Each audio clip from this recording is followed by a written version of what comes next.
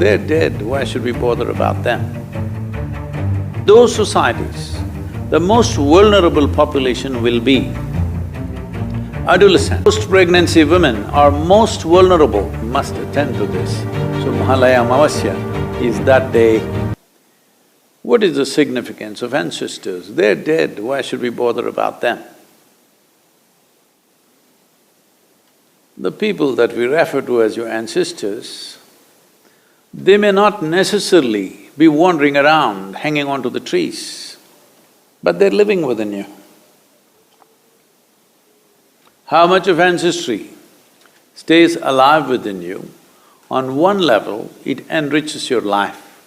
On another level, it enslaves your life. We are who we are only because of our forefathers. What they learned, what they knew, their skills, their technologies, their sense of life, we have imbibed all of it knowingly or unknowingly, every one of us. At the same time, if you let them live too strong within you, you won't have a life of your own. Do not underestimate the dead, they will try to live through you. You may not understand this in the beginning of your life. When you were 18, 20, you thought you're definitely not going to be like your father or your mother, that's the last thing you want to be. You know, I'm talking about the free spirits. But by the time you're 45, you sit like them, you stand like them, you talk like them, you know. Unknowingly, even your body moves like them. So every culture always took care to distance themselves from the dead in so many different ways. In India, we developed elaborate methodologies, chose times when we can do maximum in this direction, so that year on year, we create more and more distance. So this is a time of the year which is referred to as the Pitra paksha. That means this is a time to attend to your ancestors. You may know them, you may not know them. Up to 12 generations of people are usually attended to so that they don't try to live through you. You distance yourself genetically from them so that this life operates and organizes itself as a fresh life, as a new possibility, that it doesn't become a repetition of the past. So these societies which don't handle their dead properly, in those societies, the most vulnerable population will be adolescents.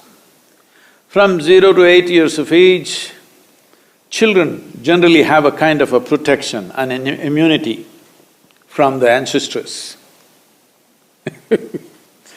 They be their own thing, but between 8 and 18, the influence of unattended ancestral, for lack of words I'm using, their spirit or their memory plays havoc with adolescents.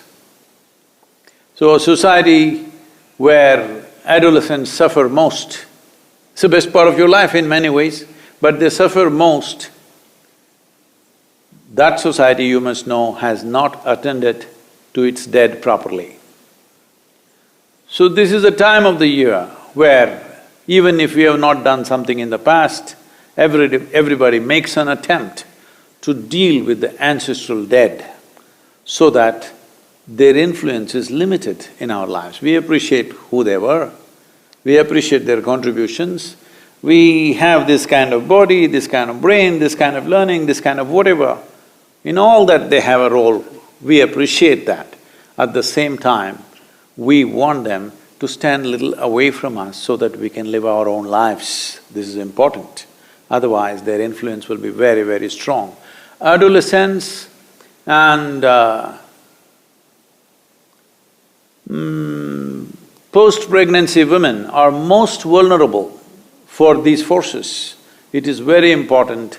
If there are such people in your homes, you must attend to this. So Mahalaya Amavasya is that day